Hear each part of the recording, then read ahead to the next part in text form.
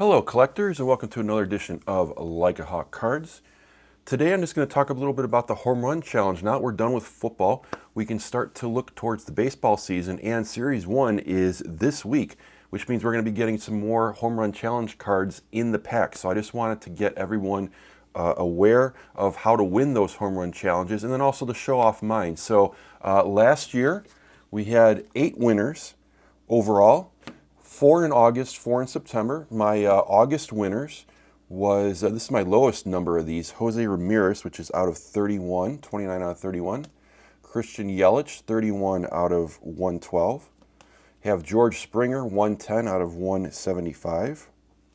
Have Jose Altuve, 213 out of 365. Those were the August. And in September, hit another 4.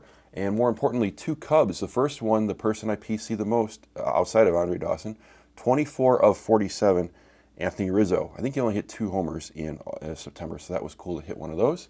Had another Yelich, 57 out of 109. Have a Kyle Schwarber, 268 out of 297. And George Springer, 215 out of 347. And there's the backs of what those look like.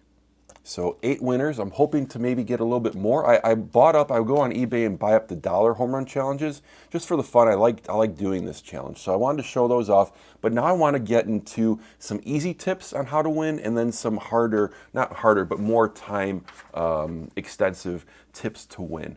I also want to take a look at last year's challenge. Now this was a shout out to Wani Chico on the Blowout Cards forum.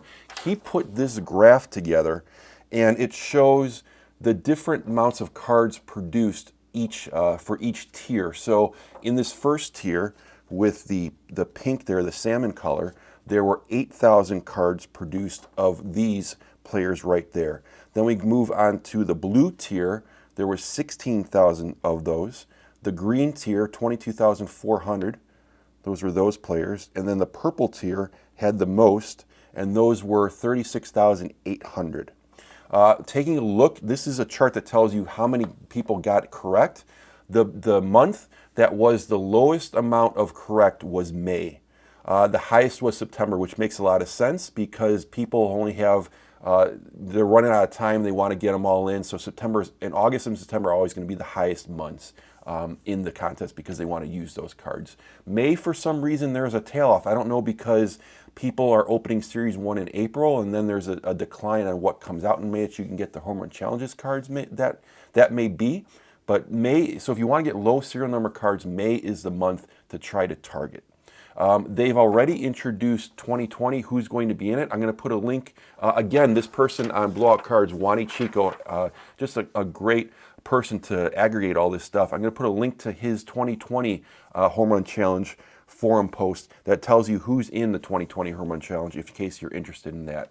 So some of the easiest tips that I can give you if you don't want to look into individual stats and things like that. The first one, of course, is going to be a no-brainer, which is pick a place where home runs are hit. So the place where home runs were hit last year, the top 5, Rogers Center in Toronto, Oriole Park at Camden Yards, Coors Field in Colorado, Guaranteed Rate Field, which is Chicago White Sox, will always be Comiskey to me, SunTrust Park, Atlanta, and I'll give you a 6th, which is the Great American Ballpark for the Reds. So if you want to just target a place where a lot of home runs were hit last year, those would be the 6 places to target. More importantly, double headers is another great way to just do an easy one. 3 of my wins were double headers. I had at Altuve and Springer. They were at the White Sox ballpark. There was a double header, and they were able to give me Home Run Challenge cards. And then the Jose Ramirez, that was a double header as well.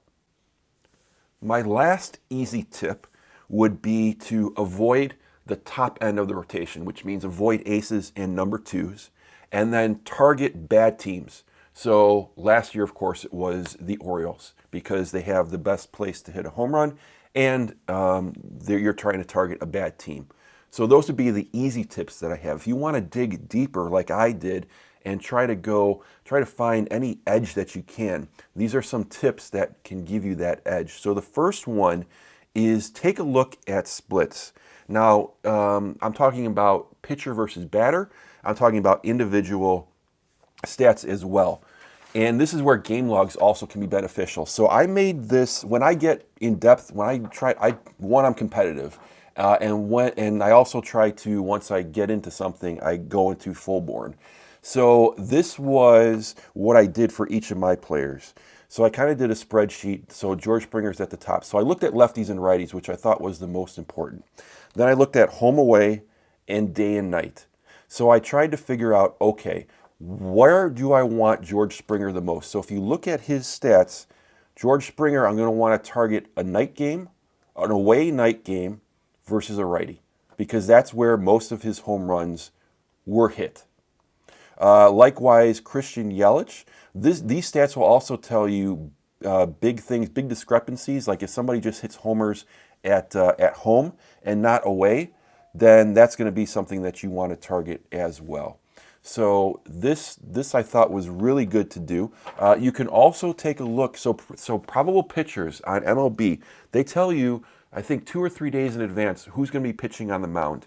Take a look at how well your pitcher does versus that your batter versus that pitcher. That can give you a clue sometimes about when to use one of your home run challenges cards. And then also take a look at the game logs, because sometimes batters inexplicably hit a lot of home runs in April and then they kind of tail off. Yelich last year, and I think Acuna went off crazy in April. I wanted to look back and see if that's in their career, if that's what they've done. But that's something to watch this year that I'm going to watch. And that brings me to my second tip here is hitters are streaky. So if I have at the start of the year, what I'll do is I'll usually wait for one of these home run challenges, one of these hitters to hit a home run. Because if you look at these home run hitters, they hit a lot of their home runs in bunches. It's not just one homer and then they don't hit another one for 3 days. A lot of them are going to hit 3 in a 6-game span, or 2 in a 5-game span, 4 in an 8, so on and so forth, because hitters like to be, for some reason, they get locked on and they can see pitches better. And there's days even where at the end of the year, it seemed like Chris Bryant was hitting homers always on Sundays. Doesn't matter what ballpark it was. Just watching the games, watching the box scores, looking at that, you can tell, for some reason, you can tell these trends. And then the last tip for me was I like to target the bottom of the rotation. So I'm talking about the 4th starter, the 5th starter if they have them, and then also bad bullpens. Because if you have a 4th or 5th starter, they're likely only going to get through 5 innings. And then if it's a bad bullpen on top of a 4th or 5th starter, you have more great chances to hit a home run. So that's kind of like my thought process going through, because you only have so many of these. This is just one game, and you have to pick these in advance. You only have until like 2 in the morning or 1 in the morning to put these in for the day of. So like for the Cubs, I can't look and see when the wind's going to blow out and pick a Cubs one on that. I have to kind of look at these pitcher trends. This is what worked for me. This is what led to my 8 wins. Hopefully I'll get a lot more this year. But I just want to try to help everyone out there in case you have one home run challenge card and you're trying to figure out when do I play that home run challenge card. I hope these tips help. Let me know how well you did last year, or if you're looking to get into this year. I'd love to hear about that. Again, thanks for checking out the video. Like, subscribe, tell me about your hits in the comments. Always love to hear about those. And of course, there's social media, Instagram at Like a Hawk Cards, all one word. Hope you have a lot of luck in your next break, and thanks for watching Like a Hawk.